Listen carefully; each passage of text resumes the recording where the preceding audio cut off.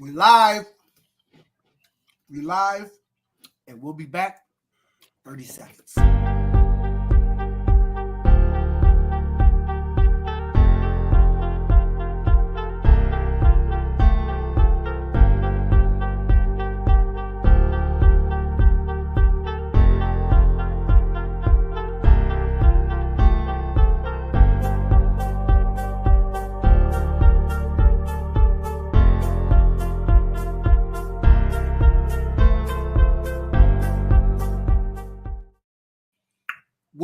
What up? It's your boy PH. Y'all know we back. Another lively discussion. Absolutely. Tap in. What's up? It's your boy Coach Career, the General.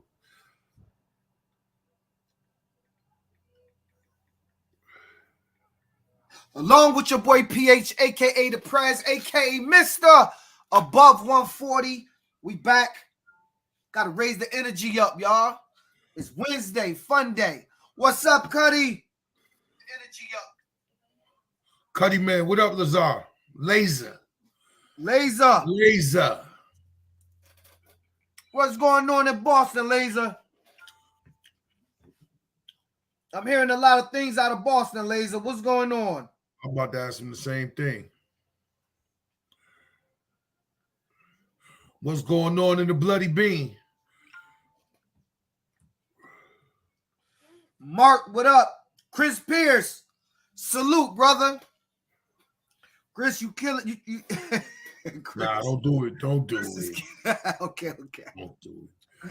Chris, you killing him on the CTU Allstar Game. Gotta stop him. Mr. Myers, what's up? Who that, Larry Myers? What up, Larry? Peace to the gods.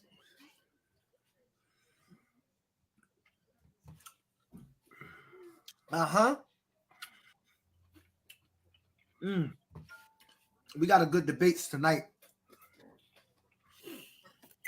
We got some good topics. Think it's gonna be good for everybody. Getting messages that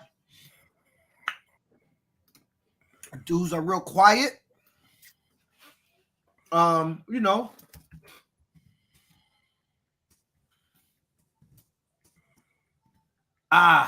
Great topics tonight. Gonna have some definitely some football talk and organizational talk.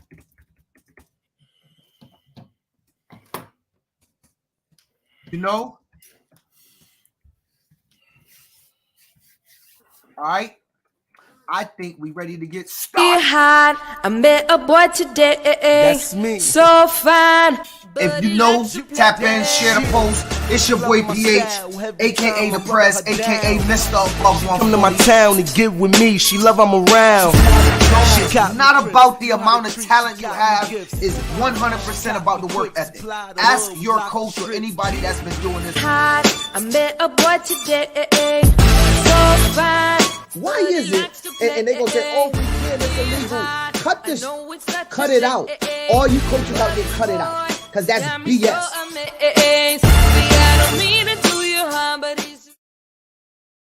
All right. I want to welcome everybody. Want to welcome you all. We got something to talk about. First, before we get into the podcast, deep into the podcast tonight, Tito, I want to talk about so we had the pleasure of Larry, we're about to get into that. We had the pleasure of attending a clinic because you know it was clinic season up until about a week ago. Yeah, we had the last pleasure of weekend. attending a clinic out in Orlando. For me, I'll go second and tell you what it was shocking for me. Not shocking. It was different, right? And so we could go back and forth. Give me your thoughts on what you thought about the clinic, and I do think it's completely different attending the clinic in another down in the South compared to up north. For me, I know that I saw some things that was different. Well, the first thing that stood out to me is basically because we don't realize how big those states are down there, population-wise and stuff. So usually when you go to a clinic, you kind of absorb people from a whole region. This was very different in the sense that it was only people from Metro Orlando. Basically, all the teams that we saw were from Metro Orlando, which was a different vibe in itself. And it was packed. Like, it wasn't like a little, it was jam-packed.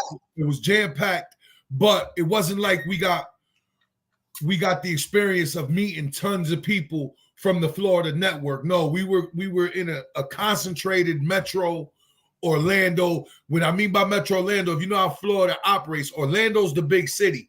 Then everything that is attached to it is considered Metro Orlando. So that would be Kissimmee, that'd be Cocoa, that'd be Lake Mary's. Well, I mean, Mount Hills, all those schools that we seen. I kept telling you, that's all stuff from around here. This is not people from everywhere or the region, like the southeastern region. Meadow Raiders, right? None of that down there. No, we saw one dude with the Miami. We saw the brother with the all black. He was Miami'd out, but I bet you he moved to Orlando. You know what I mean? He might be from Miami, but for the most part, like I said, I noticed where we go to these clinics is more of a regional thing. There was more of a Metro Orlando thing, which was different in itself. And the other thing I noticed over there, when you go to the clinics up this way in New England, where minorities are far and few between, I don't know how to say this the right way, are far and few between. Over there, no. It's 50-50 crowd is better. There's no Hispanics. You know, I was probably one of the few. Yeah, but it's a very diverse as far as everybody seems to get along over there. Those are the things I took from it. 40, 60, 50-50 minority ratio. It was a large population of minorities. You do see that. I want to say that the biggest shock. The staffs were very diverse, and the staffs were very diverse. We see staffs were very diverse. The biggest shocker for me was the names of those that attend the clinic, the speakers. See, up here, it seemed like we care about the big names. University of Connecticut, University of Texas coach, Utah University. Down there, you will get, we sat in a room, the wing room. We got a high school coach from Missouri. Or Missouri, whatever. From Missouri. That area. Boogie, ain't nobody heard about this dude. He was like 106-8 over the last 8 years, and he's teaching his stuff and exactly what he do, and his room was flooded. Nobody even really knowing his name because they don't care about names. They care about that X's and O game. And when you get those small town high school coaches, gave out his email, personal cell phone number, call me anytime. I'll give you my stuff. We can talk football. It's very personable in the South. As opposed to up here, it seemed like it's a top-down view. We care about the name. Oh, I was in a room with University of Connecticut defensive coordinator. Well, down South, they like, yo, I was in a room with this guy out of Missouri from so-and-so county who teaches this offense. Well, so also, it was a big difference for me. The difference also is down there, you could walk to them colleges and get a clinic from them college coaches any minute. You could just go to the coach's room. They're accessible down South like that. Because, you know, being down South, Florida is still the South, even though there's a lot of Northerners, they're much nicer people down there. Like, let's not get it confused. They're much more accepting. They embrace you. Where up here, we're gonna F each F this dude. You know what I'm saying? Like, you know, so that experience in itself to me was worth it. Outside of the fact we had beautiful weather for a couple of days and hit the beach and you know, drank a little bit and you know, had a good time. But we ate good for sure. We ate good. We was at the Boricua spot.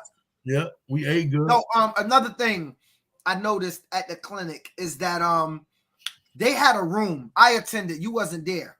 You had went to. I think you went back. The defense. I went to two systems. I told you how I do it. I went to one offensive whole system, one whole defensive system of things that I do. So the wing T and the 3-4. You know what I'm saying? Which, again, to speak to your point, that young brother I sat in on is the defensive coordinator for John Carroll University, which is a D3 university.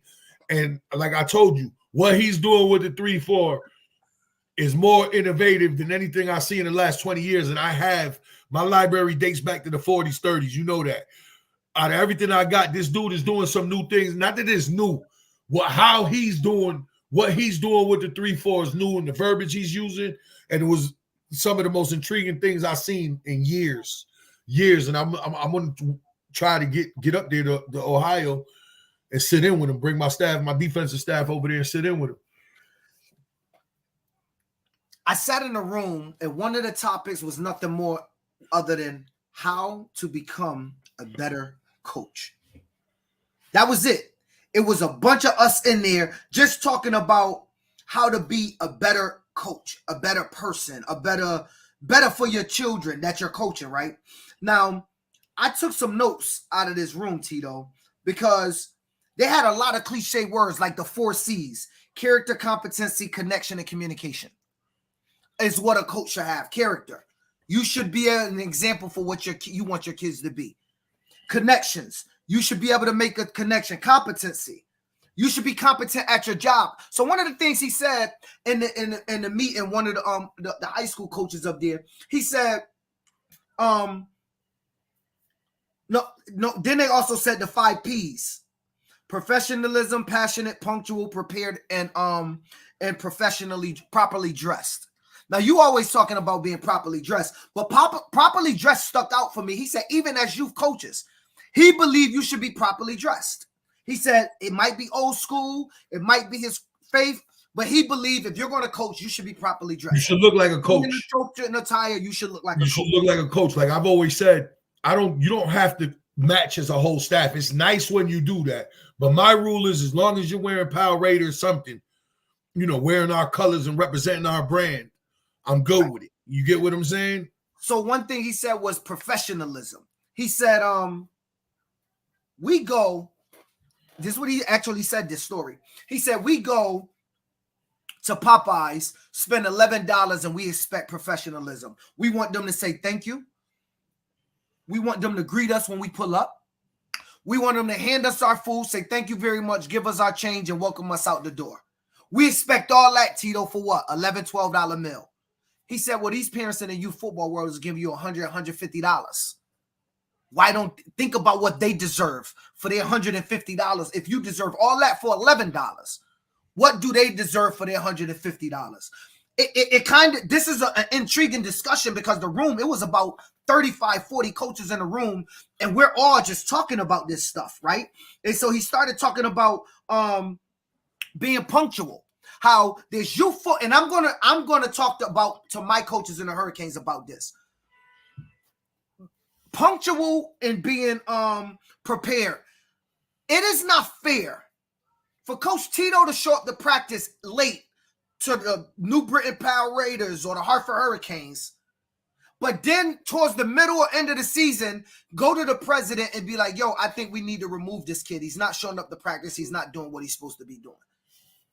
So now I need to start looking at my coaches because it woke me up as a president to say, wait a minute. Before any coach can ask a president that this kid should be removed because he's not showing up, shouldn't we expect punctual coaches? Shouldn't coaches show up to practice well prepared with practice plans, ready to do their day? We have a lot of coaches in the youth football world that do not show up prepared. And yet, they still hold kids to a higher standard than they hold themselves. And so for me, those things, and it was a lot more stuff, but those little things jumped out at me because they had a lot of those things like 5 things I do great and 5 I need to be better at next year. So one thing he said was every coach on his staff must come to him and write down 5 things that he do great at the beginning of the year and 5 things they need to work on.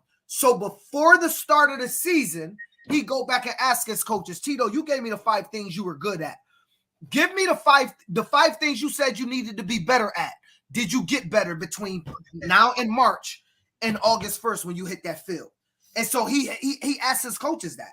5 things you do great, 5 things you need to work on. Thank you for being great at those. Did you work on these other 5 things?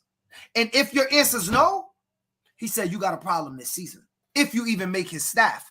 And I'm like, wow, like they're holding themselves to a high standard. No, there is. I mean, years ago, someone mentioned to me about having after every year, you should have exit interviews with everybody. And based on those interviews and the data you collect, keep going. Your role next year will be judged upon that. You get what I'm saying?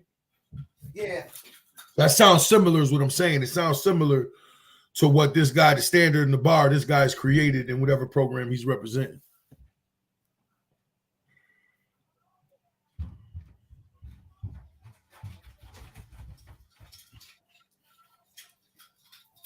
Oh, man. Had a accident here. Oh, man. You all good. But we was talking about the standard. Yeah, so we talked about, they was talking about practice scripts. And one thing that he said is, if you showing up to practice with no practice script, you should not be coaching football in this day and age. You shouldn't. Coaches, if you're out there and you showing up, and I don't want to hear, oh, I've been doing this so long, I know what I'm doing when I get to the field. Cornball, quit the game. Quit the game, because you're not doing nobody no justice. Nothing. Nobody no justice. And Tito and I talked about coaches that win, but don't teach X's and O's.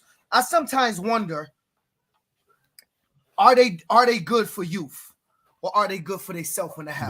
They're not good for the development. Like, for instance, the goal is to try to get as many of these kids playing high school football as we can.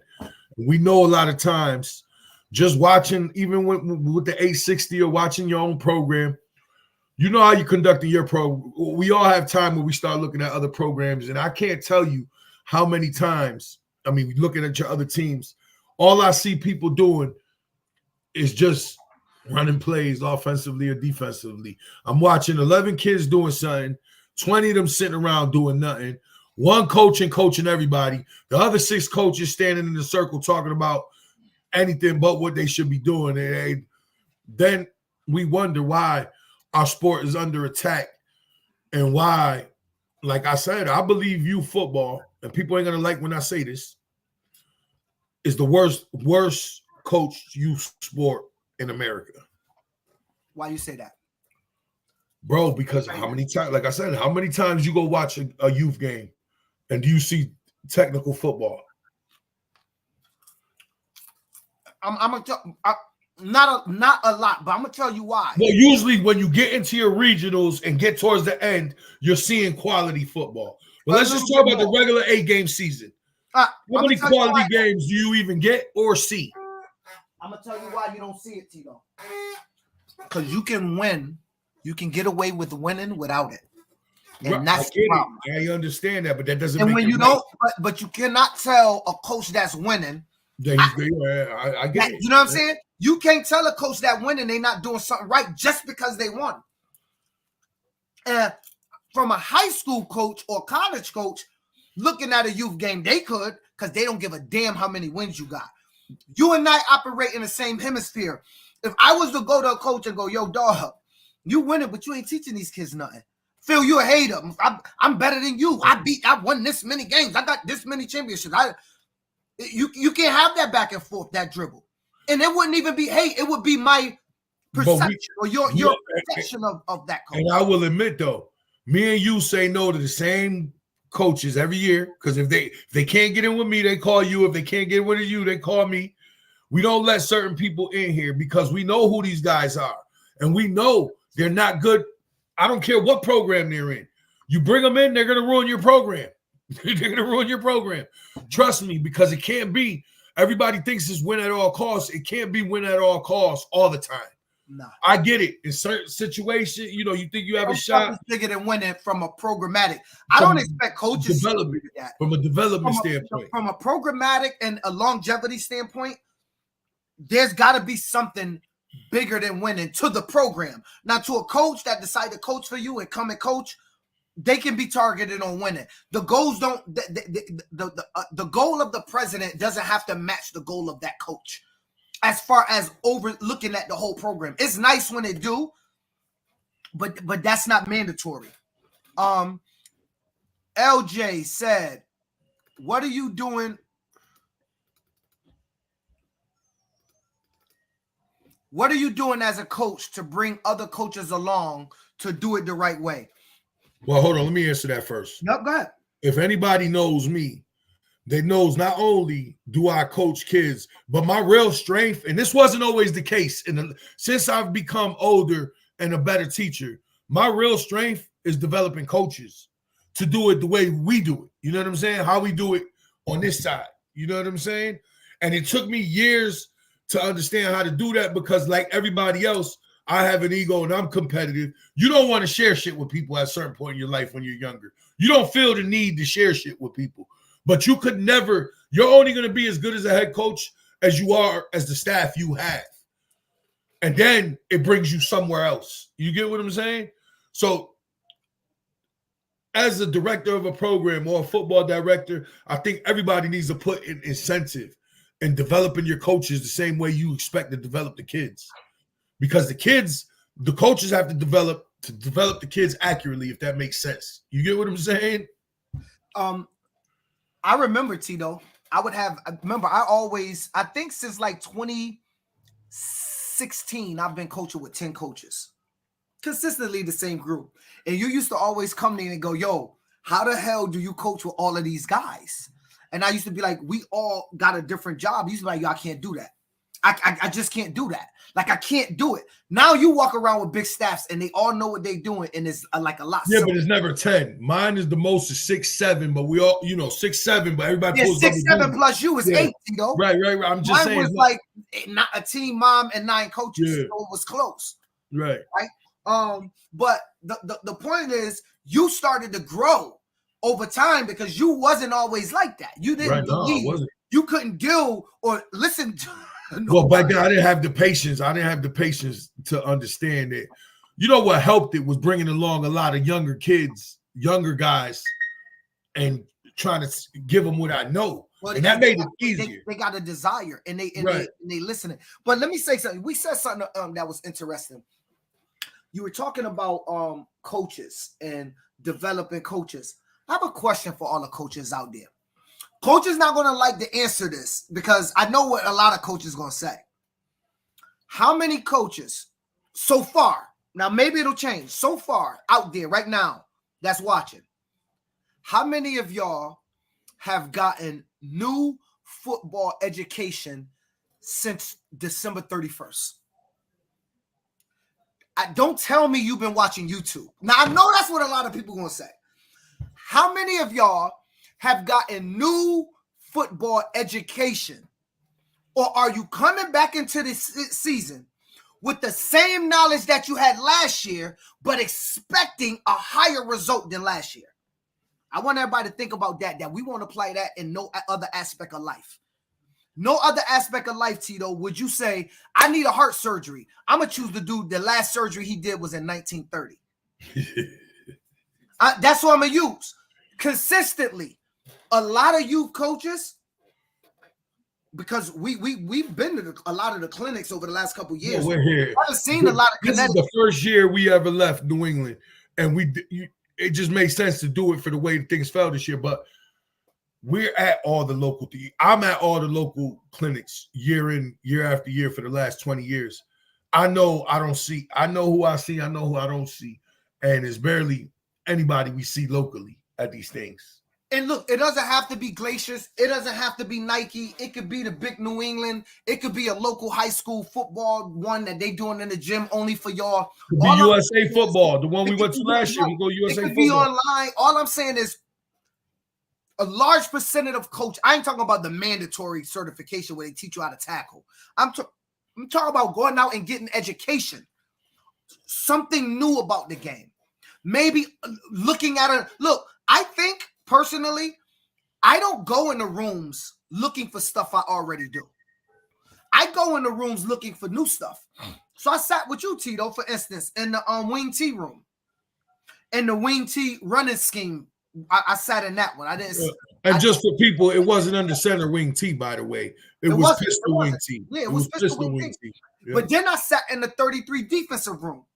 And what I saw was something, even when I said to you, you said this guy's out of his mind. But just think about watching people run a 33 defense and they're expecting the nose guard to protect the toss or the pitch on the option. Like this is wild stuff that other people are doing. Whether I would do it or not is irrelevant, but the fact that I'm exposed to wow, people are really doing some wild stuff. There is no right or wrong. Let me ask you though, because when you said that to me, there is a scheme in the odd structure that is called, we call it tango in our system. J-Rock can tell you about this, where we're going to pinch the end down and we're going to bounce the nose around. There is a scheme where that dude would become the sweet guy or the pitch guy. Good luck. Was it that? Was it that when he pitched? It was a blitz back. It was a blitz. It was a blitz. Right, he brings the nose around. The nose. This is the nose. This is the end. The end come in, right? And the nose bounce around. He's pinching the guard out. Guard inside, crossing his face. Yeah. And the nose guard, but they played a lot of option teams. So this nose guard was responsible for the pitch on option. On tango, he would be. That's what I'm saying. He would be, I mean, the nose got to be a dog, first of all. He got to be a dog to do that. But that is a scheme. That is the scheme in the odd structures. Is all better than a dog. But to me, I found that to be crazy. But anyway, as far as here's another one I showed you from the Ohio State one, which was crazy, which was similar, where he's bringing the end and the Sam off the edge, and he's bringing the nose around, playing the edge, like the same type of thing. You get what I'm saying? So same type of thing. 1 out. Yeah, 1 around, 2 down, 1 around. You get what I'm saying? Which, if your quarterback's dropping back and the coverage is right, you're gonna get to him. You get what I'm saying? No, you better have a good nose guard, because if my option game ill and I do that dive and they smash my fullback and I pull that thing and your nose guard is responsible for my tailback, he better be as far as the tailback, because once I pitch it, he gotta ride him out to the end. Phil, come to the wing T side. Wayne, listen. I love the wing system blocking schemes. Let me say that. I just always been a fan of the wing system blocking schemes, because I like a lot of. Played it in high school. I grew up. Listen, Tito knows. Played in high school. I won a state championship running the wing T. I know all about the wing T. As a wide receiver, I hated it, but on the run side, the fullback trap dude. I mean, Deshaun, our coach for 10U, he's the All-Star A60 coach. Deshaun was a dog. Fullback trap made Deshaun All-State. It made Greg Bartlett All-State, who went to Boston College. Both of these dudes was big. I'm not saying they wasn't. Big dude, they were not getting touched on the fullback trap. Let me be clear. Because you're going to chase the buck. Once you get the linebackers, once the linebackers come down, that if that trap is blocked correctly, it's getting 10 yards. It's getting 10 yards. Deshaun to go this way, cut up, he was going to the house. Yeah. Anyway, I just wanted to say that. And that's why Hodge left LaPlante, because of that wing T. You right. You right, yo. You said that. Deuce, you right from Danbury. You right. I think he did. I don't think Hodge wanted to. So he went to Weaver. Hodge had success at Weaver after we. And he was a power run team. He was a power run guy too. Yeah, he was running the counter trade. Right. He was counter trade. He had dogs at Weaver though. He had he had a run of dogs over there. He had a run of dogs. Yep. He had dogs. Anyway, I think we beat it. Football clinic season.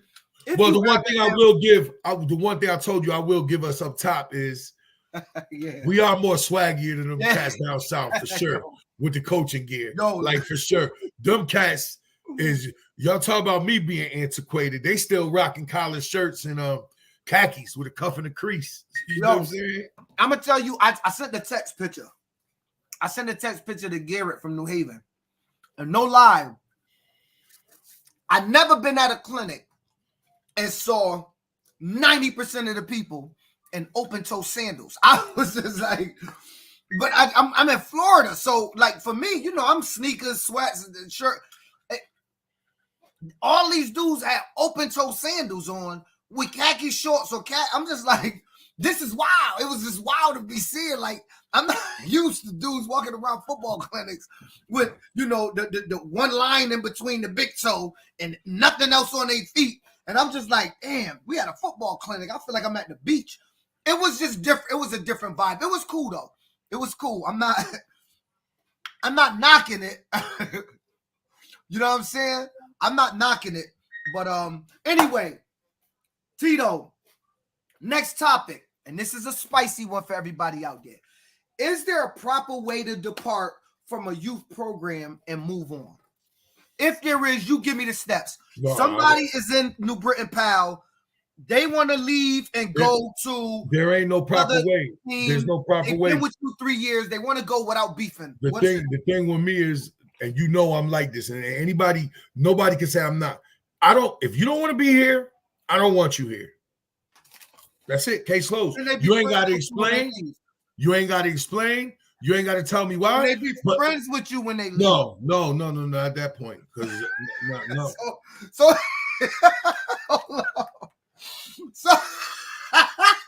listen, life's about choices, dog. So there's no way to leave New Britain, pal, and be friends with Tito when you leave. No. Life's about choices. Life's about choices.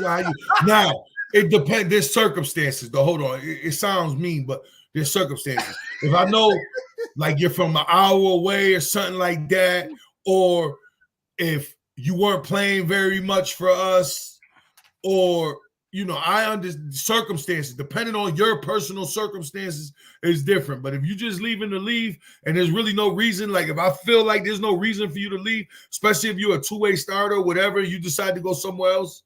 By the way, moms out there, that's Gene Miller from Springfield introducing himself, letting y'all know he in the building. Gene is Gene's a monster out there. Yo, what is going on with my take some. I think there was a couple questions in there, dog, or a couple of. Look at the comments because I get them every once in a while. I don't get them often.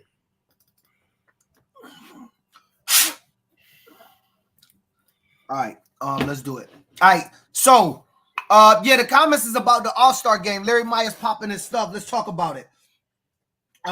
Larry said it's crazy how I'm a beat. This is what he said. It's crazy how I'm about to beat a prep school coach during the All-Star game. Oh man, it's getting spicy. Rodney Meyer said blowout game in the background. I swear it just happened to be playing. He said that on the chat room. Let me show that he said it so it don't look like Phil said it.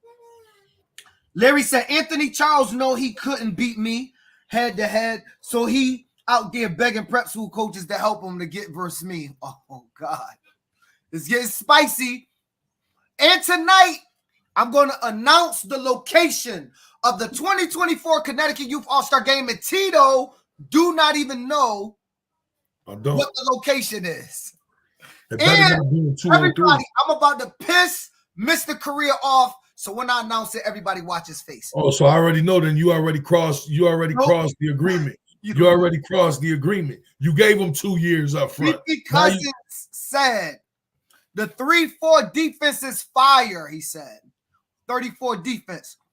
I never really seen nobody run a 3-4 in youth. To be honest, my team runs it. We're in it a lot. You're in the 35. We do run it. We're able to get it from one of the others, multiple. Where depending on what you're doing is what we're doing. You get what I'm saying? That's a good defense, but it's rare in youth football. It's tough because here's the thing. For anybody that's interested in the odd stuff, obviously everybody knows I've been in the odd stuff my whole career.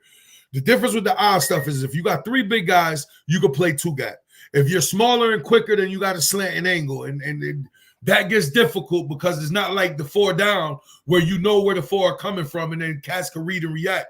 With the 3-4, you got to get to those 4-man pressures. Oh, I don't know. Tyree Mosby and Gene Miller is having mom discussions on dates. 4-2-5. That is a good defense. I like the 4-2-5. That's a good defense as well. 4-2-5 is a good. Listen, all schemes are good schemes if you know what you're doing. They all work. Yeah, true.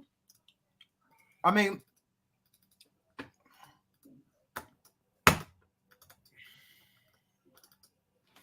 that's true.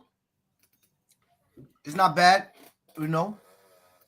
So let's get back to the question at hand. Is there a proper way to leave a youth football program? I think there is, Tito. And let me tell you why. I think if I've been coaching in New Britain and my son was in New Britain and I was there at 6U, at 8U, at 7U and 8U, and then at 9U, I go, yo, T, I'm gonna bring my son over to Hartford Hurricanes, bro. I got family over there, my people's over there, and plus I'm gonna go be coaching. It's all love. I ain't about to bash y'all. I ain't gonna talk no about you because I'm going over there, but I'm about to just go rock over there with them because I want to. There's a certain way. Now, there's a bad way to leave. And this is what 90% of the people do. One, when you leaving just because I'm leaving you, Tito, because I don't think y'all good. To me, that says I'm not riding out with you. Right. Because I'm only going to stay with you, Tito, if I can win with you. See how that works? I'm not going to stay with you if I can't win. Therefore, that level of loyalty kind of goes away. You know what I'm saying? But I do think there's a good way to leave. I just think you don't have to badmouth the program. You don't have to badmouth the person you're dealing with. You can just leave. Like, there's a such thing as just leaving out the door and going your own way. Now, I will agree with you this. It's hard to have a level, the same level of relationship when somebody does that. You know what I'm saying? It's not to say you can't speak to the person. It's not, but it's hard to have that same level of conversation. You ain't riding. I'm a loyal person. I'm a loyal person. Like, you know, and you know especially. No. With our friendship. I get that. Yeah. They're not riding, but what if it's what they feel is best for their child? Listen, remember I said circumstantial. The circumstances. If whatever it is, if it makes sense to me and it seems like, okay, logically, I understand it, that's different. But if it's just for a lot of the reasons that we know why people leave programs, I can't fuck with it. Because you not being, you know, when I take on a team, I'm not assuming they're all good or they're all going to be studs. 100%. You know what I'm saying? Yep. That's never the case. Sometimes year to year, even if you start with a team, that's not always the team that's transition. Some leave, some come back. Some you know what I'm saying? There's all types of things that happen. But the one thing you're going to get from me is my all and my undying, everything I know, I'm going to try to leave it in those kids. And that's every single one of them. It's just not the stars per se. If anybody watches our practice, every single one of our kids gets developed and learns how to play this game. Every single one, from the best guy to the worst guy and everybody in between. They all going to learn the same way, what it is they do within the structures of how we play. I still think that too many times people can't justify their actions. So the way that they justify what they did so people don't look at them wrong, they have to result to saying something bad about a coach or the president or the program. That always happens because they know they just did something that's not going to be looked right by the masses, not even by the person that they leaving. Because usually if I'm leaving you, Tito, to go within AYF, I gotta get your blessing from New Britain. And so, but usually what happens is you not even go, like you said, if you don't want to be here, go. The problem is, Tito, everybody's looking at me as a dad saying, damn, Phil did some dirty shit. Why he do that? So when I arrive, guess what I got to do? Answer the question. Why'd you do it? So you know what 90% of people do, Tito? Man, I ain't really like it over there. I don't like how Tito run his business. You know how that dude is. You know what they be doing over there. Now, I don't really rock with them over there like that. Yeah, that program is corny. They sorry over there. I have to say that because you know what I'm not going to say? Yeah, you know, I'm just here just to win. Or, yeah, you know, it's dirty, man. I just did some dirty shit, so I'm just switching programs. Nobody is going to put that on themselves. Nobody's going to put that on themselves. And so my thing is, I just hope, I just wish that more and more people would just be straight up and own what they did, because just make your transition and rock on. All right. It's definitely, Rodney Meyer said, it's definitely circumstances. The hell with that. Who said that? Mike said, the hell with that. Loyalty is everything. Ain't no loyalty in youth football, though. Let me remind everybody. Disclaimer, big disclaimer. There is no loyalty in youth football, even when you bend over backwards and help people. Somehow you're the bad guy.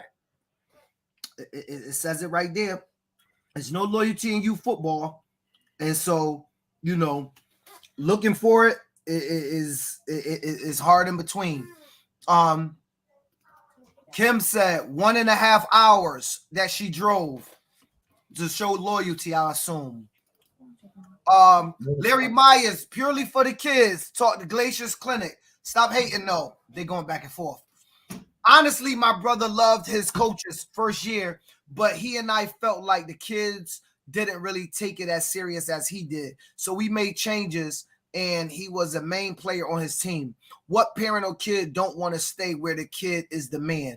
You got to make yourself the man somewhere else and hope that they take it as serious as you do. It's not showing me who said that. It's not showing me who said that. I'm a coach. I don't pay none of these parents rent. I don't fill up their refrigerators, and I damn sure am about to tell them where they bring their kid to play football or get mad if they want to leave my team. True.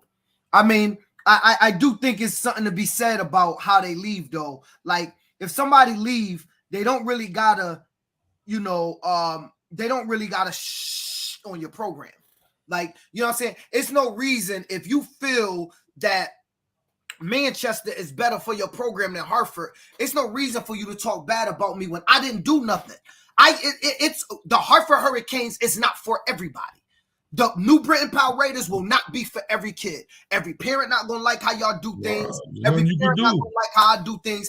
Parents not gonna like your uniforms, my helmets, your socks, my jersey. They're not gonna like your meeting. They're not gonna like what you said. They don't like all the coaches. They don't like your team moms. They don't like it. Okay, you leave. You leave. When you go to a restaurant and you see the menu and you go, I don't really want nothing there. Do you go and be like, nah, the manager corny? Or do you just say, I didn't want to. Don't give them your money. I didn't want to eat there. And so just treat us like the restaurant. When you go, you come to Hartford, you don't like us, you don't think it's the best culture for your kids. Okay, cool. You can depart. But why run around and try to make everybody else not join that program? To me, that's the part that makes it messy in youth football. And that's the part I hope that if we were able to stop something, it would be that part right there. Like I said, I want to be clear. I said circumstantial.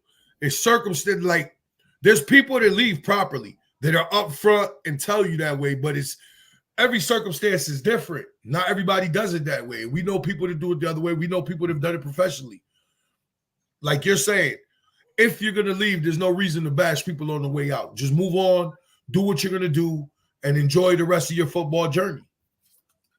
That's all they got to do. Like, I don't understand why most people don't do it, but I do think it's a way to leave. It's a way to be upfront, honest, you know, not even explain. You don't got to explain to us. You don't always know, right? Nothing. But if you do happen to do it, then to me, that's doing it correctly. You get what I'm saying? Like, it's circumstantial.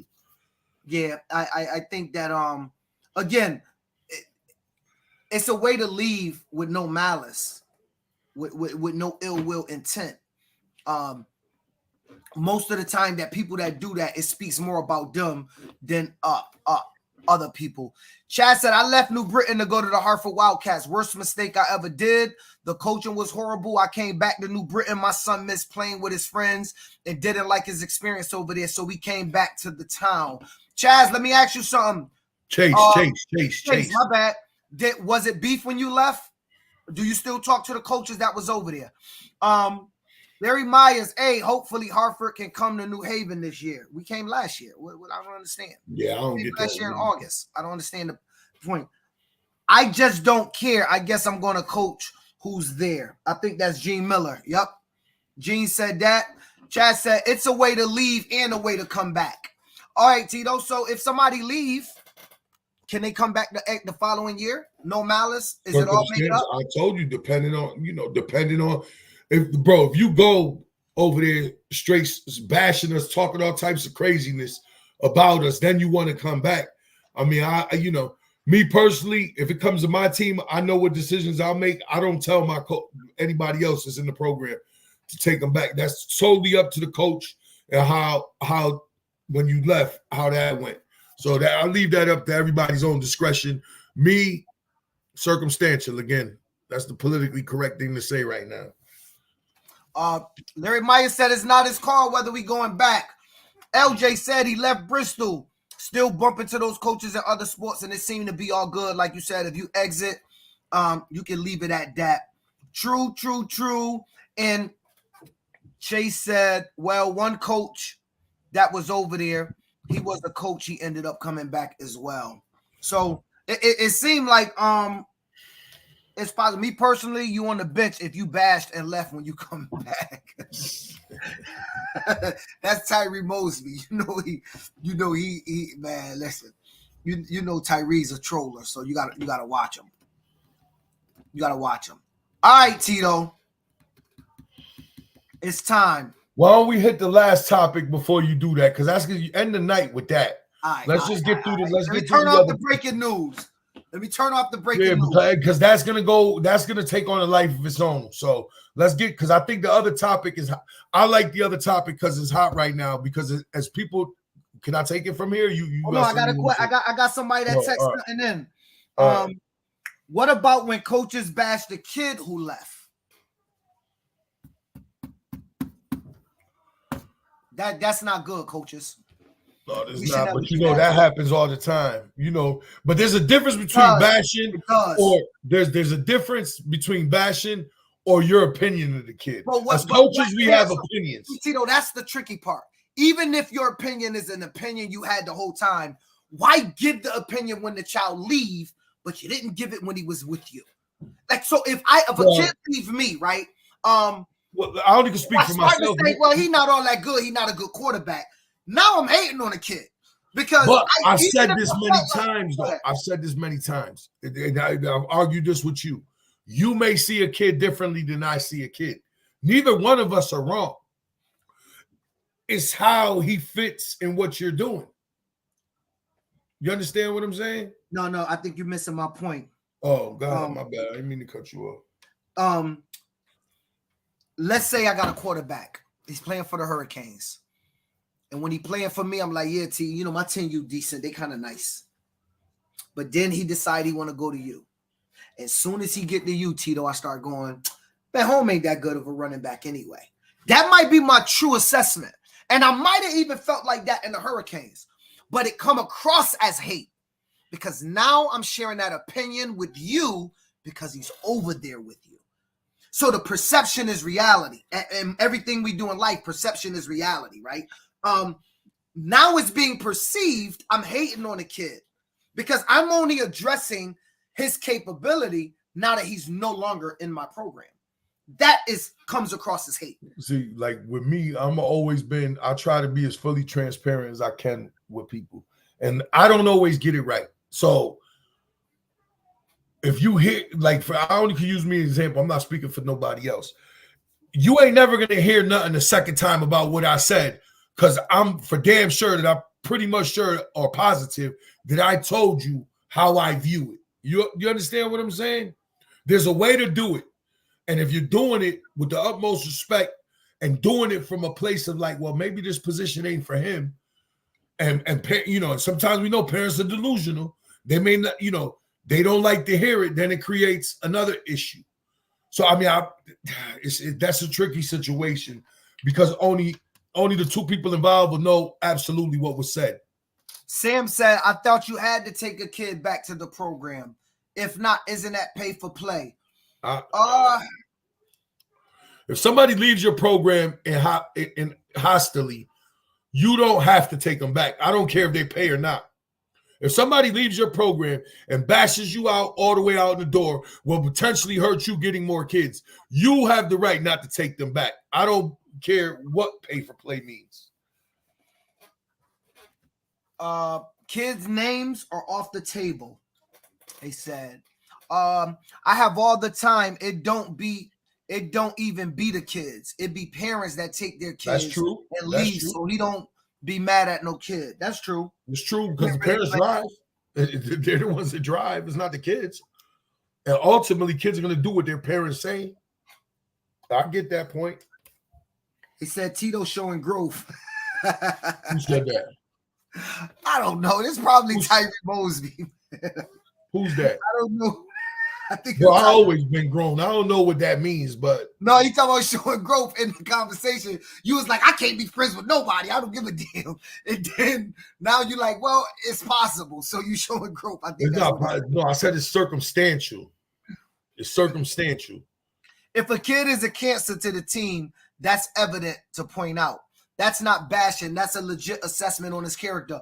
But if you only assess that when the kid leave you, then it's a little bit right. different. If you didn't address it in real time, then it's different. Once the kid leave my team, they become automatic NPR players in my eye. I know that. I'm not reading. I'm not reading. Mike Milner, it's your duty as a coach to find out on your own. I'm just going to leave it there. What's not good for the team might be good for you. What's not good for our team, maybe. I don't know. Gene Miller III, until they prove they not. They talking about the NPR comment. Then it's when the parent and the people say that you hate him off of what Tito just said. Then that's when the parents. Oh, I get it. I get it too. But that's what they're gonna say. That is hate. Never bash the kid because let's be real, parents make the ultimate decision. That's true. Usually.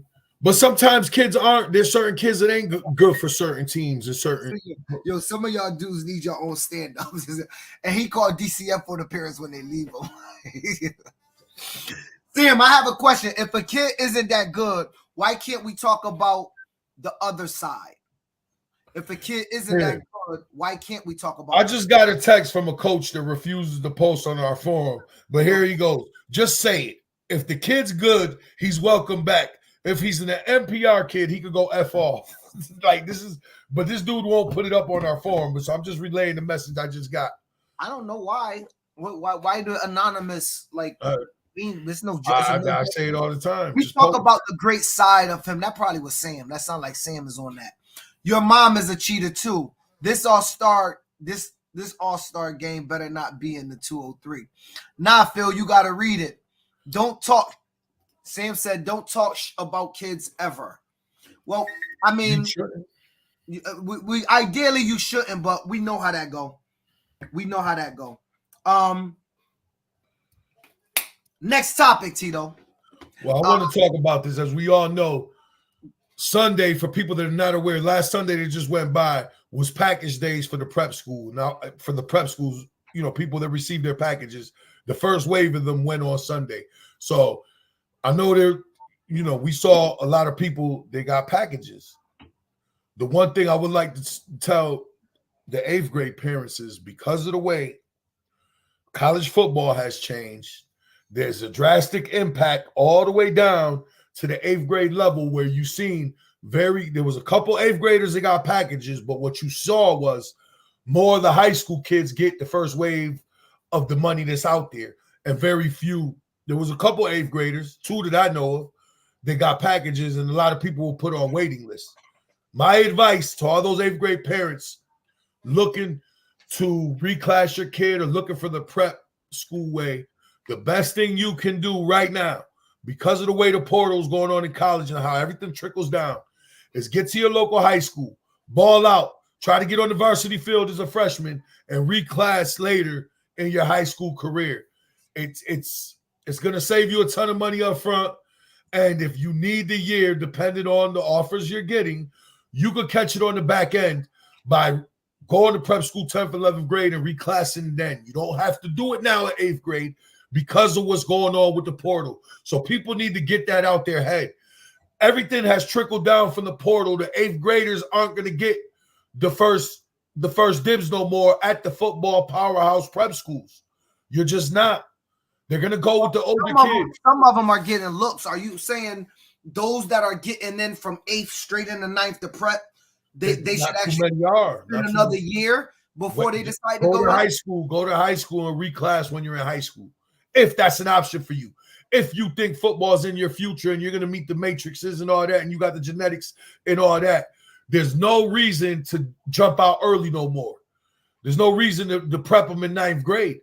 Because the way to prep the big time prep schools, they're just going to pull older kids from other programs, bring them in because they got pushed down from how the portal's working at college now. You get what I'm saying? There's no rush to get to college. They want you older than they want you younger. You understand what I'm saying? If that makes sense to people? Yeah. Look, somebody just backed up what I'm saying right now. Somebody just backed up what I'm saying right now. Somebody said reclassify early. That's a bad idea. Gene said, nah, I disagree. Ty Rizzo said, I am not against, this is Ty Rizzo, I'm not against prep. Post-grad is a great option. 8th grade post-grad is a money grab. Absolutely. I agree with him.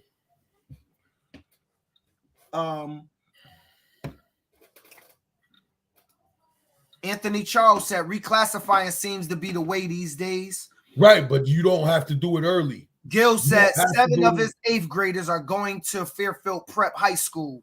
His advice is to reclass after 10th grade. He agreed with Tito. You have to, because what I'm trying to tell you guys, and you guys don't have to listen to me. I know enough people in this business, in this network. They're not even, all right, even for the, let's scale it from the top. Let's start from the top. If you're not a for sure Power 5 player, you are now have been downgraded to probably Division 2 or Division 3 because they're going to go to the portal first, right? Then they're going to go to the transfers. Then they're going to go to the kids that are Power 5 potentially. This is going to go to the first wave. Then they're going to go to the prep schools. Then they're going to go to down. Bro, it doesn't make sense for you to front load yourself with expenses when if football's in your future. Wait, do your 9th and 10th grade at your local school or your local Catholic school. And if you project and you're doing what you're supposed to do on film and people see the value on you, now it makes sense to go reclass and start, backload your money basically. So Ty Rizzo said, as a high school coach, everyone want the already established high school athlete, just like college, rather than an 8th grader going to high school. Bro, I know what I'm talking. Like I'm trying to explain to people. Dustin Linden said, Tito is right. Build up your stock. Recruiters are looking for experienced talent first over younger talent. Bro, it's just the ways. You could thank the pandemic for this. It ruined our younger kids' shot to get on the field. They're gonna have to go to a lesser school, whether it's high school, college, whatever. Get your film up, get your body right, put together a good film, and then try to get in the portal. I mean, it's all a downward trickle that's going to affect the 8th graders. So I got to be from a prep school coach. If your kids, oh, never mind, didn't get an offer, if your kids didn't get a package, it's not of no fault of your own. It's just the way it is now. It's a downward spiral where now the 8th graders are going to be touched by it. So you ain't going to see too many 8th graders getting offers. They're going to go get the older kids first. So I want to read this comment, and then I want to play devil's advocate for the sake of playing devil's advocate, because I think it's important for parents to understand both sides. Though I agree with your point. Just like college, everyone want the already established high school athlete rather than the 8th grader going into high school. So let me ask you something, Tito. Because what we're not talking about is your ability to lose out on prep school. So you see me in youth. Oh, you asking me from am I playing? This is hypothetical. No, but I'm saying, am I listening to this conversation as the prep school coach, or are you just putting out a question? I'm just putting this out there for everybody, okay. but assume I'm giving it to you to the point that you're saying. Right. And I'm not disagreeing with you, but I want you to give them insight, because parents also need to know there's another side to what you're saying. It's not that easy. I get an offer from a great prep school, a Loomis, a Choate, Avon right now in the 8th grade. And I go, you know what? I heard Tito say this. I'm going to hold off. He's right. I got a future. So I'm going to do my 9th grade in high school. Then I'm going to take that prep offer and reclass.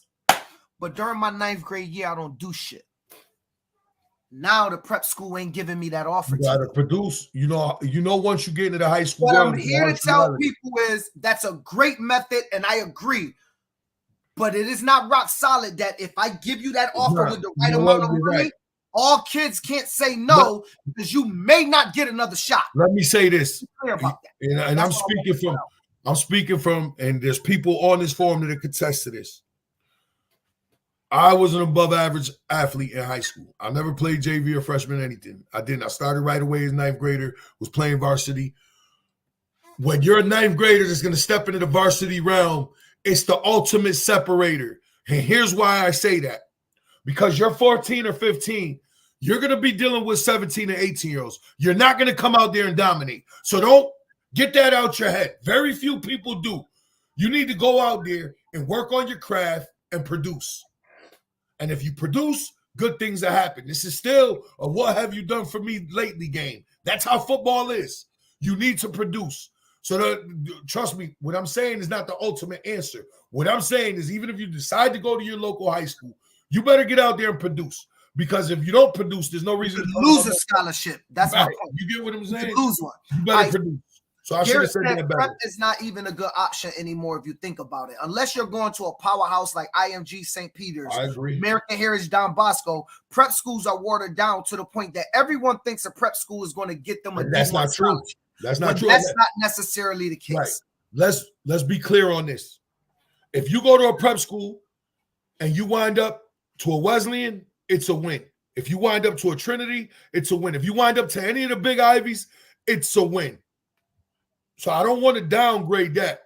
But if you go to a prep school and wind up going to WestCon, it's still a win. There's nothing wrong with that. But I feel you may have just doubled your educational, how much money you have for your education, where you probably should have played it safe and stayed at the local school. You get what I'm saying? Gene Miller said, well, luckily, Springfield Central sends more kids to a bigger college than prep schools around. Yes, okay, Gene, we're all aware of that. Yes, they run a great Springfield Central and the Springfield Tigers run. They got the program everybody wants to have. We know that. You're not telling nobody nothing that we don't know. You guys got it right in Springfield. Hats off to you.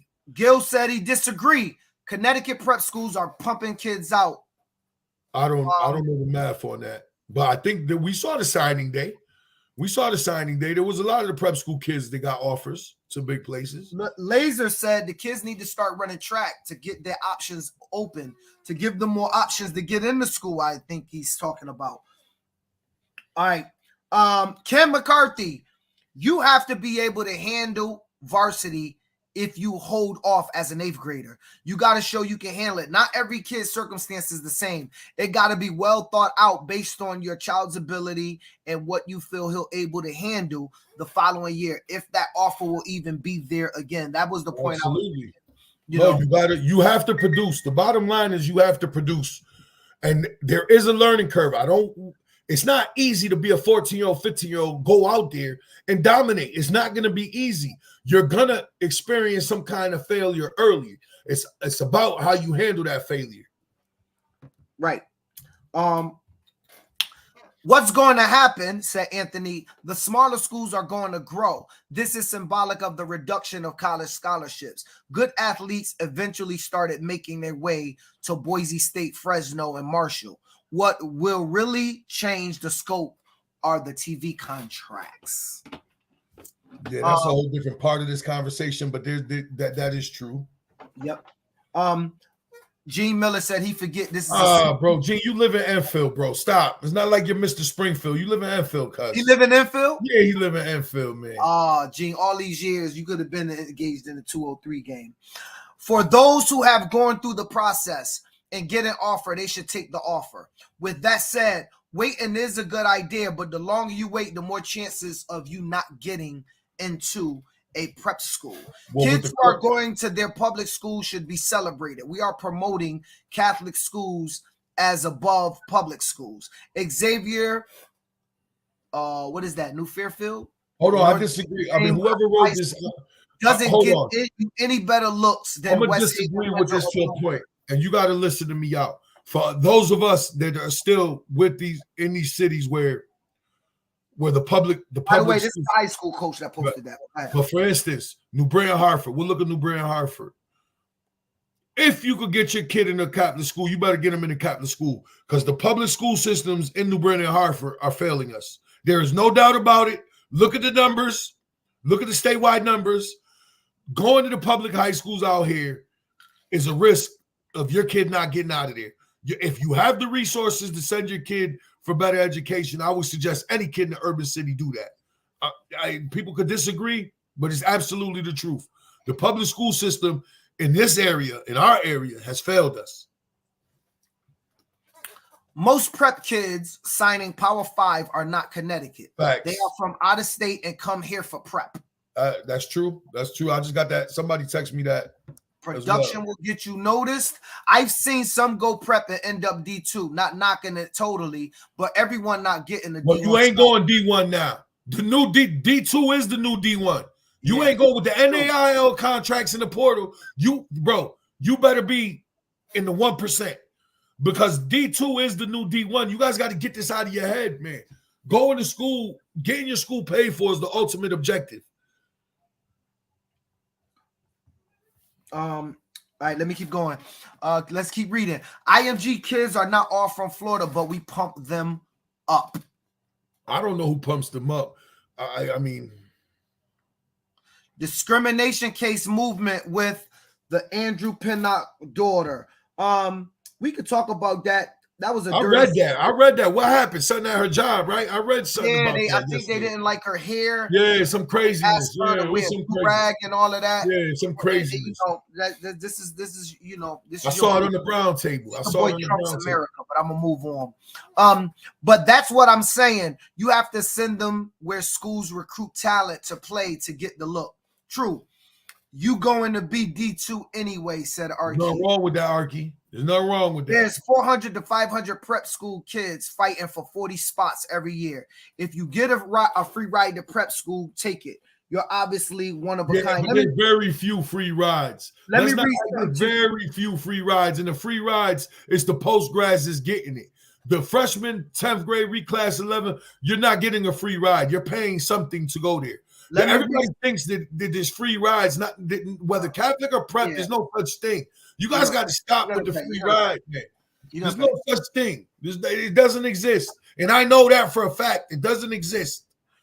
Unless there's hardship in your grade. I mean, the circumstantial, again, I've never heard of nobody getting a completely free ride. Yo, Tito, so a prep school coach said this, and I'm only going to read the end because it's private information. This year, we have 465 applications for 40 beds for 9th grade boys. Right. Right. And that's not even factor in the 9th graders already in 9th grade that they want to bring back as 9th graders. This is my point. You get what I'm saying? A kid from Desktop, Texas is going to Loomis. Yeah. Okay. And a kid from Hartford. So good stuff. Public schools are failing us, but don't forget the parents. But maybe that could be a topic for another day. I agree. We got to talk about that another day. My son is going to be 19-year-old senior. You got to be smart with it.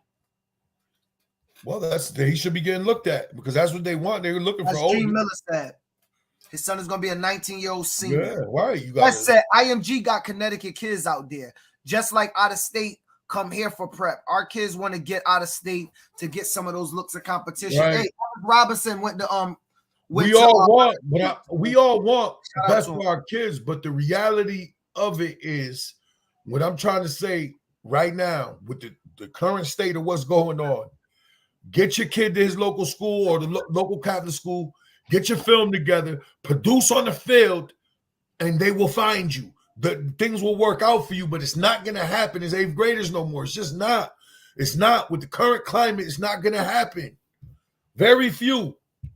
Very few. Stephen Soares said, if you don't have the grades and can't academically, that's another fact. Academically, it don't matter how talented you are. Grades are number one, and you can fit in the community. Yeah, he's talking about So Tyler Booker went to IMG too. He's from Bama, they said. Shout out to Tyler Booker and his father. I was just talking to his father a couple days ago, maybe last week. D2, D3, whatever. If you good enough to play, they going to find you. Remember, Ja Morant showed that honestly. And look at Travis Hunter. Yeah, but you're talking about some of the best players in the world. I mean, Travis Hunter starts what? Both ways? Yeah, he's a 1%er. He's a 1%er. Right? He start both ways. And he's talking about Ja Morant. He's talking about Ja Morant, or who's Ja Morant? I don't know who's Ja. Ja Morant, the basketball player. How would that relate to football? Like, that's a bad. Oh no. Yeah.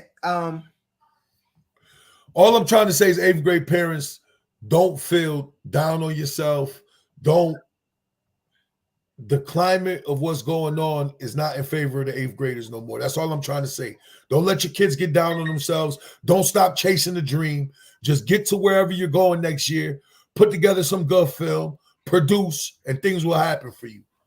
Don't throw it all out the window over not getting a package at 8th grade. A recruiter told me a famous college had 21 high school scholarships 2 years ago. This year they had 5. Yeah, that's what we're talking about. That's what we're talking about, Arky. Didn't Connecticut age just change for school? Yes, I think so. The early part changed. You don't have to go so early no more, or they pushed it back. It changed or they rolled it up. They did something with the first part of it.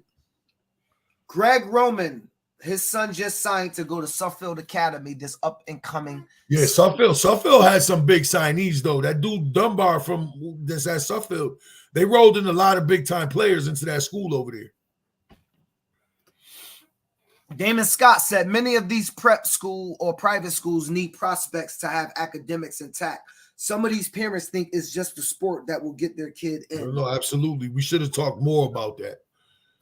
But, well, Damon, he's in a prep school. Can you explain to them, Scott, that there is no such thing as a free ride with this stuff? So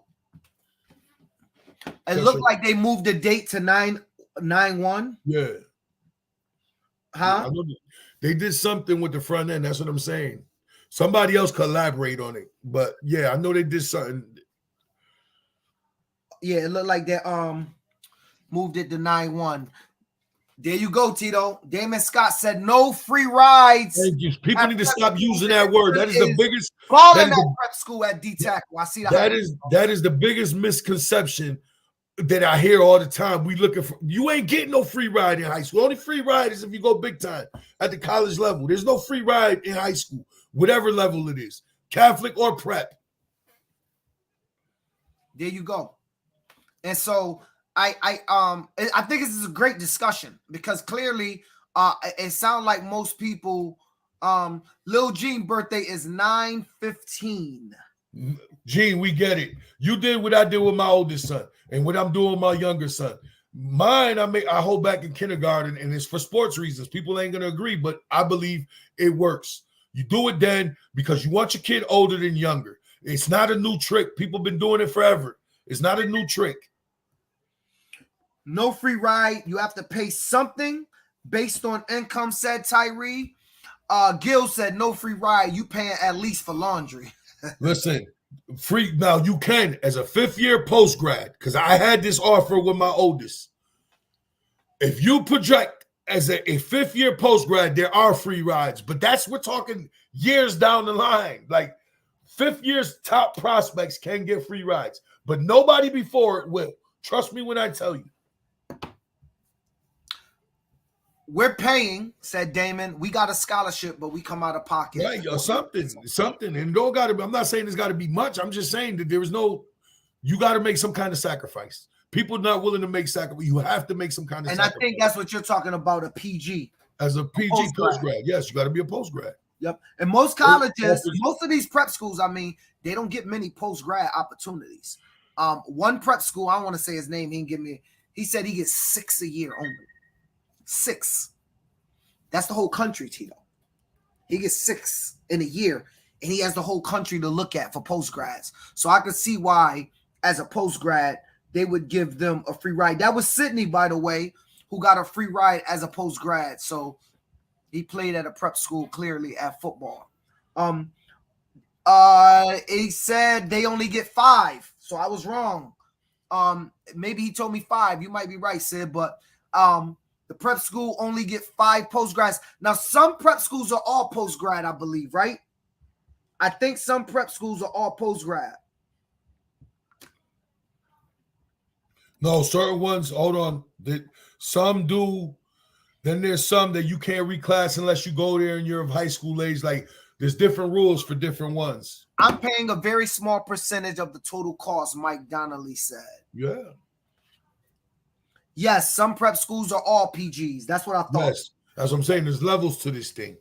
Yep. And I don't think those Milford Academy, the old Milford Academy that used to be out here in Connecticut that moved to New York, they're only 5th-year seniors. You get what I'm saying? So prep school leagues limit post-grads. Yeah. I believe they do. There's different I don't layers. think that they get to play those prep schools that's all post-grads. No, there's layers. There's layers to it. Tyree Mosby said Hamden Hall said that they keep about 30 on the roster, 30 PGs. And they're one. No, they don't keep 30. They don't take. You only could reclass at Hamden Hall during your high school years, meaning you're already there. They don't take 5th year. They don't take 5th-year guys. Milford Academy and Bridgeton are both PG progress. There's never a free ride anywhere. What people seem to forget is you have a long career. Dudes be 25 still playing college. Yes. Late bloomers to the next level. So you're going to see that more and more now because of the pandemic. Just look at this year's draft. Look how many dudes are going to be 24, 25 in this year's draft. I bet you're going to see more than ever.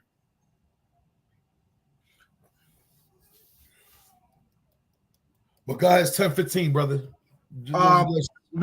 This is a good conversation. I'm going to read a couple more comments. You still can't do more than 5 years of high school, even in a prep, they said. Still can't do more than 5 years. So anyway, hey, listen, we're going to wrap that topic up. I think it was an insightful discussion.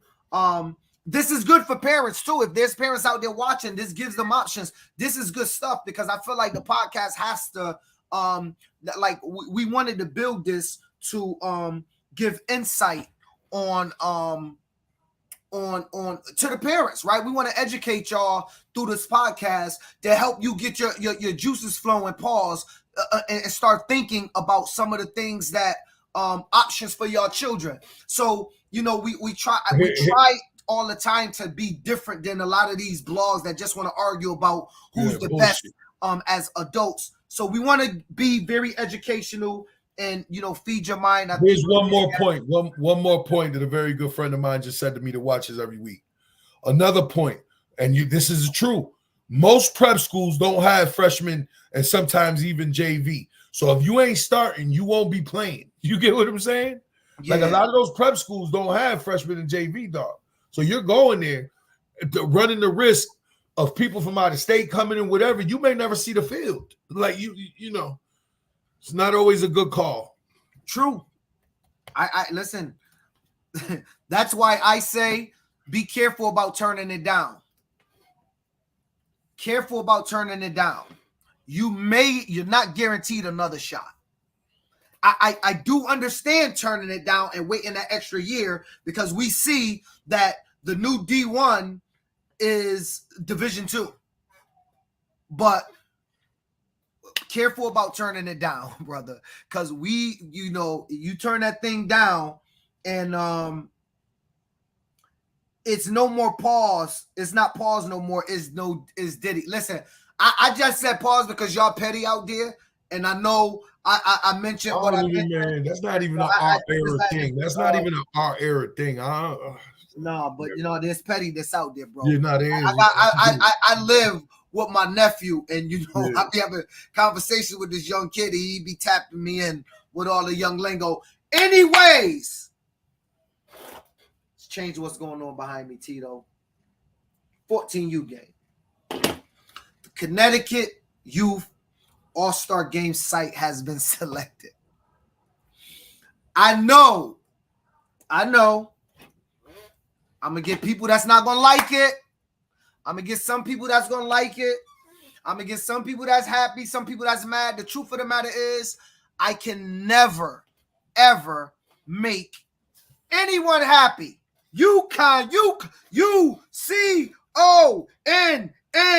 UConn. I don't know if y'all go to UConn games, but there's a guy up in the stands that does that. No Lakers game on the projector. Nah. Until we trade AD, I'm never playing the Lakers game on the projector. Anyway, the Lakers, you guys should hang it up. The Cowboy fans, they should all kill themselves. There you go. The Lakers hang it up. We're going to be in the playoffs. Why should we hang it up? We're not making the playoffs. Let's get back. Let me hear what you did. Hold on. We're not making the playoffs. Yeah, but let me hear what debacle you did. Ooh, LeBron just dropped what he hit like 7 threes. Nah, LeBron's LeBron. He still ain't Jordan, but let's Kobe. He's not Kobe. He ain't that neither. He ain't that neither. Kobe ain't Jordan. And Kobe ain't Jordan. Kobe's better than Jordan. Oh my God. Kobe's better than Jordan. You guys are crazy. And before I argue with anybody, Tito, I'm gonna move on, but let me just say this. And I need you to hear my theory on this, okay? Can you just listen to my theory real quick? Yeah, of course. Now you got the floor. I take Jordan game. And Kobe said he'd never say he's better than Jordan. He did say that. I respect him for that. Now take Kobe will admit to you, unlike LeBroners and in there, I did everything I can to mimic my game after this great basketball player, the greatest one he had ever seen. And so in my mind, Tito, if I give you a chair, the greatest chair you have ever sat in, and you sit down in a chair and it feels good, if I take that chair and I remake the chair and I make it softer, I make it taller. Let me finish. I make it more comfortable. I give you a remote and I give you ability to kick your feet up and make it warm. Which chair is better? Because Kobe did every move Jordan did, right? Kobe lost in 2 finals. Jordan 6-0. Well, why didn't Jordan make 8 instead of 6? I can't hear you. Come on. No, I'm just saying. Why did Jordan only make 6? I mean, he took 2 years. He took 2 years off in the prime of his career. He would have had 8 in a row. Is that how sports work? You get to say I didn't make it because I wasn't there, but you got to count. So Jordan is 8-0 in finals. That's it. Jordan's 8-0 in finals. Everybody, Jordan's 8-0 in the finals. Because he took 2 years off, we have to say Jordan made it. I'm just saying 6-0. Went there 6 times, won it 6 times. But y'all forget that he lost in the regular season. Y'all don't count them years. Okay. Let's hear what Kobe you not make it? How many times Kobe made? We can put this on the poll. This is a football forum, but we should take a poll, Jordan or Kobe, and I guarantee that it's going to be slanted. Listen, I'm not a Jordan hater. Jordan was the greatest basketball player I've ever seen until I saw Kobe Bryant play. But I mean, Jordan has done something nobody ever going to do ever. You know what I'm saying? He scared an NBA league, petrified a league, and not Shaq size. No, cats couldn't sleep. Guard petrified the league. Jordan and Kobe mentality petrified people. I don't think people are scared of LeBron. I think they're cool with him. They prep for him, but I don't think they ever feared him. They don't lose sleep. People on Kobe team and Jordan team feared him personally. Yeah. And so to me, that's a big difference. But anyway, Jordan lost to the Pistons 6 times. Did you know that? I didn't know that. I don't think it was 6. He lost in the 80s a couple times. I don't think it was 6 times. Well, I'll check the math on that. Hey, anyways, let's get to it. Ladies and gentlemen, welcome to the 2024 Connecticut Youth Allstar Game site here in West Haven, Connecticut.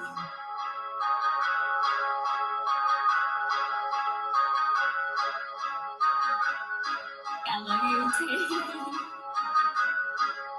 McNilly!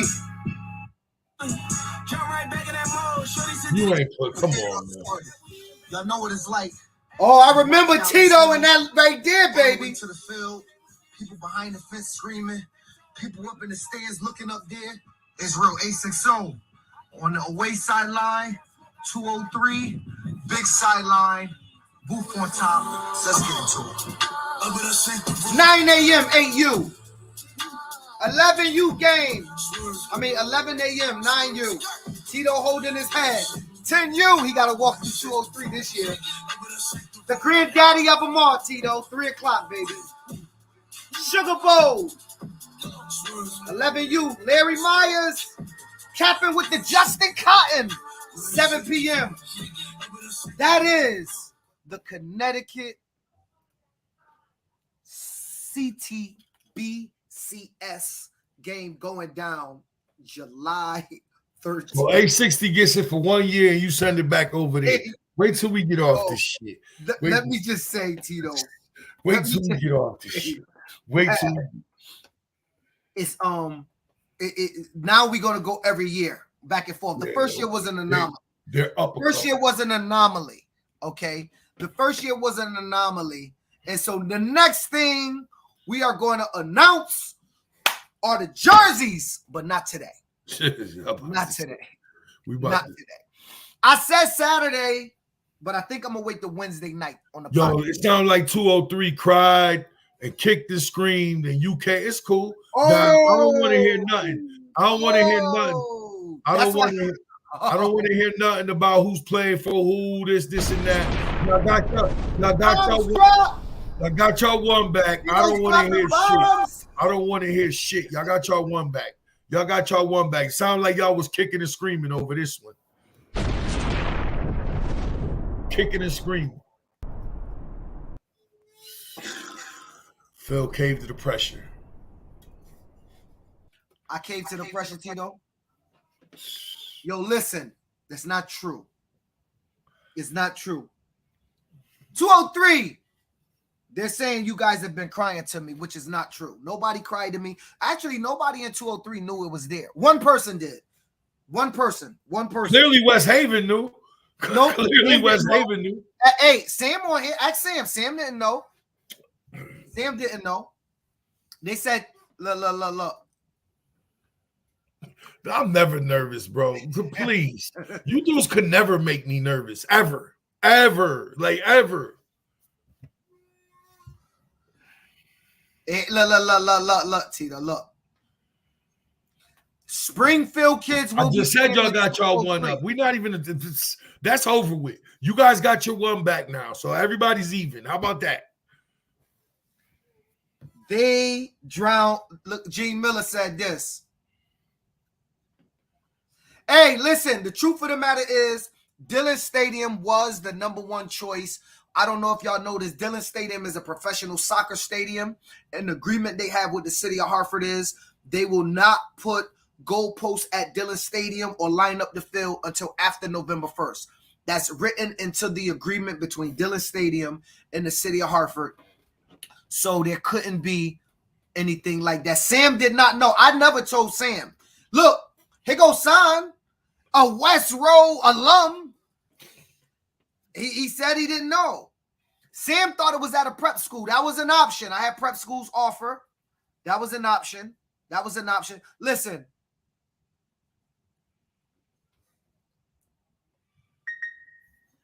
$203 getting home field advantage, begging prep school coaches for help. This shit crazy, said Larry Myers. Yo. Oh, God. Listen. It's not true. A60 is dropping bombs. I don't know what's going on. Ty Carter has entered the chat room. He wants everybody to know, Tito. Oh, shit. We might have to get off here before Ty Carter and Tito get started. You know what? We should get the other side then. They had it 2 years. They had their side for 2 years. We should get the other side then. 203. Y'all want to give up home field advantage? We should get the other side then. You caved into them cats. I never. You caved into them, dog. That's not true, dog. They had it the first 2 years. Who did I talk to in 203 to make that decision? You work in 203. Anything's possible. You work right around the corner from there. That's how you would have taken a nice little pretty video over there. Tito, is not true. It's done now. You done put it out there. There's no changing it. It's not true. I had them in the sun last year. We was all in the sun. That field was unbearable last year. We had to wear black. Huh? I said, "What's up?" That field was 114. I told you it was 80 degrees with the heat humidity on the field. The heat index was 114 on that field during game time. Yo, he said 860 won't fill the home side, so go on the away side. Who won't? Please, bro. I feel any game I'm coaching is always going to get filled up. If y'all don't know by now, because you want your kid over help. All right. Levi Jordan said, "What a great location." Of course he would. Of course he would. All right. It is the atmosphere, though. I will give you this much. You can't get, there's very few stadiums where you can get that atmosphere.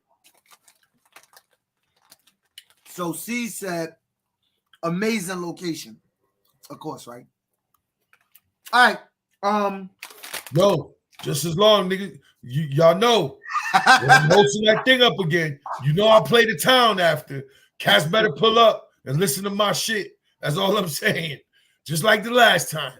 You know me and the entourage is going to be out at one of them local spots. Cats better pull up. Phil, you know we're going to be on the hill. I know y'all going to be waiting for T. Around the 2:30, the whole 203 is going to be at the top of the hill. And all the haters, even my haters, going to be there hating on you. And they line up so Tito and his team can walk through. And they have Tito like this. We got to get it recorded this year. This might be the last time we get to see this walkthrough. We got to get it recorded.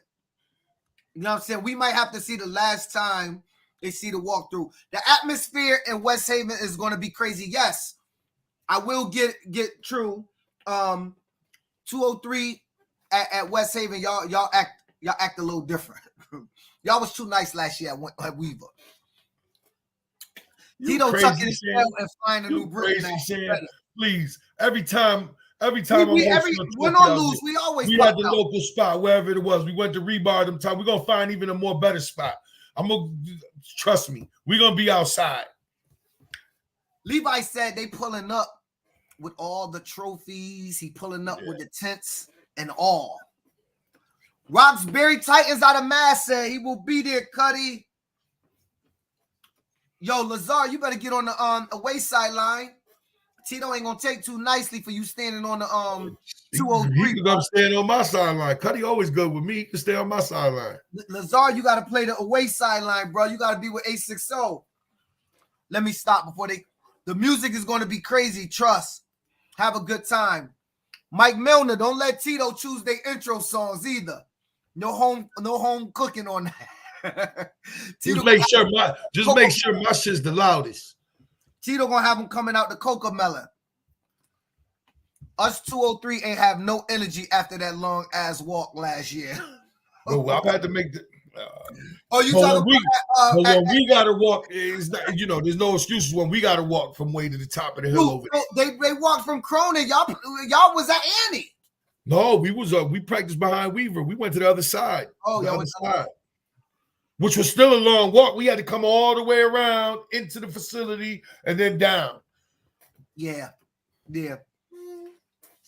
Well, the Walk of Fame is happening, y'all.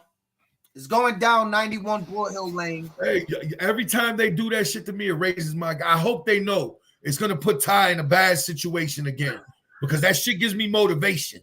That shit reminds me of being in Dorm 4 in the Meadows. You know what I'm saying? Like being in the dog pound. Oh God. So Tito, I think that tonight was a good discussion, especially with us being able to give some insight to the parents. I think it's always good when we can always give something for the parents to just help them on their journey, because I think that if we do nothing else as a podcast, I want to make sure that we continue to feed parents, coaches, youth good information, programs, just ideas, whether they decide to go with them or not, agree or disagree. The discussion is what's key. I think that's the important part. You see. Yo, it'll be the goofy cats too, always. Now, ask him if he started the 7-on-7, so he wants to be doing that. Did you get your 7-on-7 going, Mr. Singletary? Or you just capping, like you like to say? Uh-oh. What's going on? Get him on. We got a new 7-on-7 team entering the state. Let's get Singletary on to talk about his new program. 91 Bull Hill Lane, home of the West Row, home of the Seahawks, home of the Best of the West LLC, Best of the West. This is going to be great for all programs. The day's going to be great. We always have a great time at the It's always fun over there. It's always fun, man. It's always fun. It's always love. And you know, it's smack talk, but like this the one time everybody get to let go. You know what I'm saying? So I think it's gonna be good. We're gonna add a lot more stuff for people to do during the game day, especially in between, to get the crowd engaged, give them opportunities to win stuff and get stuff and all of that. I think that's going to be cool. I had mentioned already on a couple podcasts ago some of the things we're going to do to get them involved, like 7-on-7s with the ladies, you know, one lady checking another lady with a quarterback, 30-yard field goals, you know, obstacle courses with 860 versus 203, passing contests, just all of that stuff, races, all of that. So that's what we got going on. The night is coming to an end. We are past the time we wanted to be here, Tito. So I'll let you go ahead and close us out. We good. It's your boy, Coach Career the General. Peace to the guys in the earth. Listen, man, word of the day. The person that settled for crumbs will never understand the mentality of the person that wants the cake above 140. Easy.